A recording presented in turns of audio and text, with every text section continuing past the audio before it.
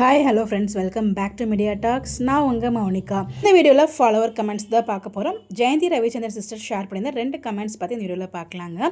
So தாத்தா இவ்வளவு நாள் விஜயின் தந்தை சம்பாதித்த சொத்துக்களை காப்பாற்றி செய்து பேரனை போல் இல்லாமல் மகனை போல் வளர்த்தது உண்மை என்றால் அந்த சொத்துக்களை கபலைக்கரம் செய்ய காத்திருக்கும் பிணம் தின்னி கழுகுகளிடம் சேர்க்கக்கூடாது. அதாவது சித்தி, சித்தப்பா, பாட்டி 3 பேரும் சொல்கிறாங்க. எனக்கு தெரிஞ்சு சித்தி, சித்தப்பா தான் அந்த ஒரு நோக்கத்தில் இருக்காங்கன்னு நினைக்கிறேன்.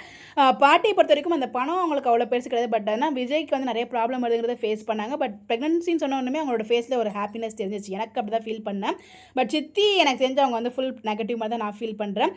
கெட்டவர்களிடம் போகாமல் பார்த்து கொள்ள வேண்டும். ஏனென்றால் இது விஜயின் தந்தை சம்பாதித்த சொத்துக்கள். தன் மகளிடமே விஜய் சொத்துக்களை உனக்கோ உன் மகனுக்கோ எழுதி வைத்து விட்டு போகவில்லை, வெறுத்து ஒதுக்கி வைத்து விட்டு தான் வார்த்தைகளை விட்டு போயிருக்கிறான். எங்கிருந்தாலும் இது அவனுடையது. சொத்துக்கு உரியவனே இங்கு இல்லாத போது நாமும் இங்கே இருப்பது சரியில்லை என்று வீட்டை பூட்டி விஜயின் வீட்டை விட்டு வெளியேறி அவருக்கு சொந்தமான இடத்திற்கு தாத்தா செல்ல வேண்டும். இதுதான் தாத்தாவுக்கான தர்மம் அப்படின்னு சொல்லிட்டு சிஸ்டர் கமெண்ட் பண்ணியிருந்தாங்க. உண்மையிலே பார்த்தீங்கன்னா இந்த மாதிரி நடந்தால் ரொம்பவே ஹாப்பியாக இருக்கும். ஸோ தாத்தா மட்டும் தான் இதுக்கு முயற்சி பண்ண முடியும். எனக்கு தெரிஞ்ச பாட்டி பாசிட்டிவாக தான் இருப்பாங்க நினைக்கிறேன். சித்தியும் சித்தப்பாவும் அதில் நம்ப முடியல. ஸோ தாத்தா மட்டும் அந்த வீட்டை விட்டு வெளியே போகிறாங்களா இல்லையோ, ஸோ இது மாதிரி சொல்லி விஜய் கவிதை வீட்டுக்கு கூட்டுறதுக்கு முயற்சி பண்ணுவாங்கன்னு எனக்கு தோணுது. தெரியல, பார்க்கலாம் என்ன பண்ணுறாங்க அப்படின்னு சொல்லிட்டு. இந்த ஒரு கமெண்ட்டும் அந்த சிஸ்டர் தான் போட்டிருந்தாங்க.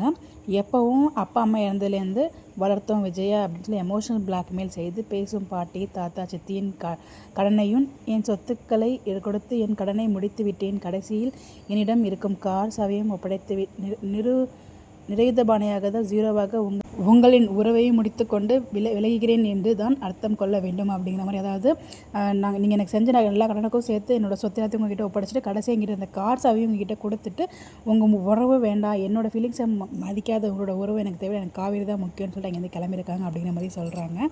பட் விஜய் ஹாப்பியாக செஞ்சேன்னு தான் சொல்கிறாங்க. ஸோ பார்த்தீங்கன்னா கண்டிப்பாக தாத்தா புரிஞ்சுப்பார் அப்படிங்கிற மாதிரியும், தாத்தா இந்த சந்தோஷமாக வந்தால் புரிஞ்சுப்பாங்க அப்படிங்கிற மாதிரி சொல்கிறாங்க. பட் எனிவேஸ் இந்த இடத்துல நம்ம விஜய் அந்த லொக்கேஷன்லாம், அதாவது இந்த கார் சாவி கொடுக்கும்போது அங்கே திரும்பி பார்ப்பாரு, அதெல்லாமே ரொம்பவே கஷ்டமாக இருந்துச்சு. ஸோ விஜய் 2 நாள் எபிசோடில் இன்றைக்கி காவேரி அக்செப்ட் பண்ண வரைக்குமே எனக்கு விஜயோட டைலாக்ஸ் எல்லாமே ரொம்ப பாவமாக தான் எனக்கு ஃபீல் ஆச்சு, என்னமோ தெரியலாது. ஸோ ரொம்ப கஷ்டமாக இருந்துச்சு. பட் எனிவேஸ் இதுக்கப்புறம் ஹாப்பியாக தான் இருக்கணும். நமக்கு தேவை வீக்காக சேர்ந்துருக்கணும். அதேமாதிரி நடக்க போகுது. என்ஜாய் பண்ணுவோம். உங்களுடைய கருத்துக்கள் கமெண்ட்டில் ஷேர் பண்ணுங்கள். இந்த மாதிரி அப்படி தெரிஞ்சுக்க நம்மளோட சேனலை ஃபாலோ பண்ணிக்கோங்க. Bye bye.